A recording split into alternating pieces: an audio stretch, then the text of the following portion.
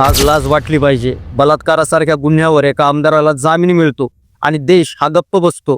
हा साधा गुन्हा नाही, हा बलात्काराचा गुन्हा आहे। आणि आरोपी कोण? कुलदीप सिंग सेंगर, सत्ताधारी भारतीय जनता पार्टीचा आमदार। 2017 बलात्कार, 2018 पीडितेचे वडील पोलीस मारहाणीमध्ये मृत्यू होतात। 2019 मध्ये कोर्ट यांना आजीवन कारावास करतो आणि 2025 शिक्षा ही निलंबित आणि त्यांना जामीन। म्हणजे काय? बलात्कारावर जामीन आणि सत्ता असेल तर सवलत। ही न्याय व्यवस्था आहे की राजकीय ढाल?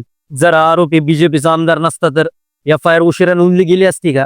पीडितेला ओढून हे नेलं गेलं असतं का? तिच्या वडिलांचा मृत्यू हा झाला असता का? आणि आज जामीन मिळाला असता का? उत्तर हे सगळ्यांना माहीत आहे। कुलदीप सिंग सेंगर 2017 बलात्कार दोषी ठरला, जन्मठेप झाली, नंतर शिक्षा निलंबित, जामीन। स्वामी चिन्मयानंद 2019 कायद्याच्या विद्यार्थिनीवर लैंगिक शोषणाचे आरोप, अटक झाली, खटला चालला, शिक्षा निकाल प्रक्रियेमध्ये। ब्रिजभूषण सिंग 2023 महिला कुस्तीगारांनी त्यांच्यावर लैंगिक शोषणाचे आरोप केले, दिल्ली पोलिसांकडे चार्जशीट, खटला न्यायप्रविष्ठेमध्ये। मित्रांनो, बीजेपीमध्ये बलात्कार = PR मॅनेजमेंट। बेटी बचाव, पण पहिले आमदाराला वाचवा, पीडितेला रस्त्यावर ओढा, आरोपीला कोर्टातून बाहेर काढा। ही पार्टी नाही, ही प्रोटेक्शन रॅकेट आहे। मित्रांनो, आज एक आमदार आज जामिनीवर मोकळा आहे, पण पीडिता आजही भीतीच्या जखमांमध्ये शांततेत जगते। हा केस उन्नवचा नाही, हे बीजेपीच्या नैतिकतेचं आरोपपत्र आहे।